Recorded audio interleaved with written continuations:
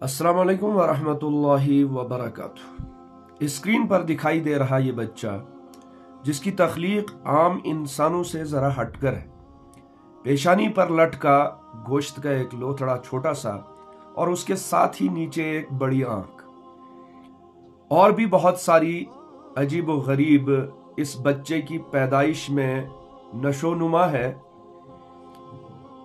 इस बच्चे के बारे में बहुत ज्यादा ये चीज वायरल हो रही है इस वक्त सोशल मीडिया पर कि ये बच्चा दज्जाल है या दज्जाल की एक कड़ी है, जबकि ऐसा नहीं है।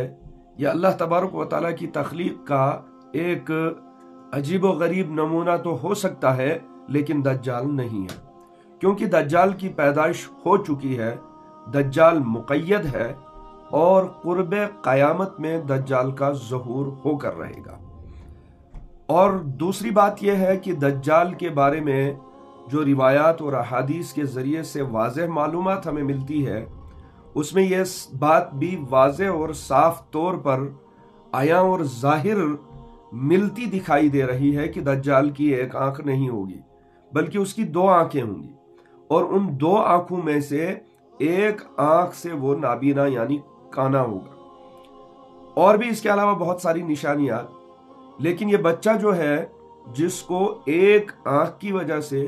और अजीबो गरीब तख्लीक की वजह से दज्जाल या दज्जाल की अहम कड़ी समझा जा रहा है, ये बिल्कुल गलत है। इस तरह का कोई मामला और कोई बात नहीं है, बल्कि दज्जाल का ज़हूर होगा, कुर्ब क़यामत में होगा, उसकी दो आंखें होंगी, एक आंख से वो काना होगा और वो आंख कुछ मक्की के दाने की तरह और उसके ऊपर थोड़ा सा गोश्त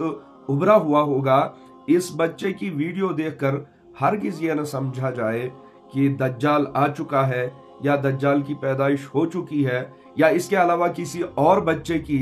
पैदाइश कुछ अजीब व गरीब होगी, उसका जो नशोनुमा है वो कुछ अजीब व गरीब होगा।